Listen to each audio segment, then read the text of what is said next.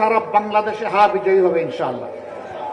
হা বিজয়ী হলে বাংলাদেশ জিতে যাবে, আল্লাহ না করুন হা পরাজিত হলে বাংলাদেশ হেরে যাবে। আমরা কি বাংলাদেশকে হারাবো না জিতাবো? ইনশাআল্লাহ হা ভোটের বিজয় হবে, আল্লাহ তৌফিক দেন। জুলাইয়ে যারা আন্দোলন করে, সংগ্রাম করে, বুক চিতিয়ে, জীবন দিয়ে, পঙ্গু হয়ে লড়াই করে আমাদেরকে বাংলাদেশ এনে দিয়েছে, তাদের কারো লাশ, কারো রক্ত আমাদের হাতের উপরে, ঘাড়ের উপরে। এই ভার আমাদেরকে বহন করতে হবে, এই আমানত আমাদেরকে আদায় করতে হবে। তারা যে বৈষম্যহীন দুর্নীতিমুক্ত বাংলাদেশ চেয়েছিল, সেই বাংলাদেশ ইনশাআল্লাহ গড়তে হবে। এ গড়ার জন্য দুটি ভোট।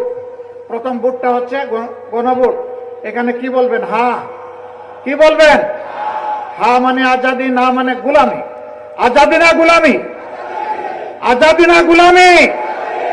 সারা বাংলাদেশে হা বিজয়ী হবে ইনশাআল্লাহ।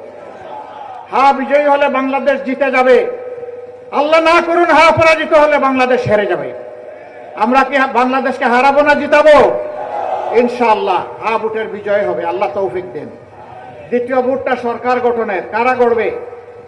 যারা অতীতে দেশবাসীকে তাদের সততার প্রমাণ দিতে পেরেছে, এখন যারা দিতে পারছে।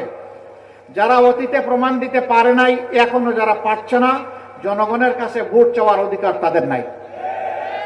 ভোট তারা চাইবে। অতীতে যারা বাংলাদেশকে 18 কোটি মানুষকে সম্মান করেছে, এখনো সম্মান করে চলেছে, তাদের সমস্ত অভিজ্ঞতা এবং যোগ্যতা দিয়ে ইনশাআল্লাহ জনগণ 12 তারিখ তাদেরকেই বাছাই করে নেবে। এটা বলতে হবে। তারা কারা? আচ্ছা বলেন তো, জামাতে ইসলামী চাঁদাবাজি করে?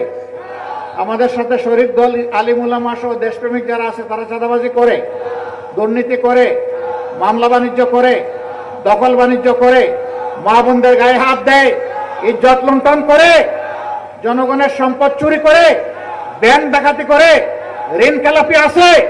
নাই। তাহলে কথা পরিষ্কার, ইনশাআল্লাহ আগামী বাংলাদেশ তাদের হাতে ইনশাআল্লাহ।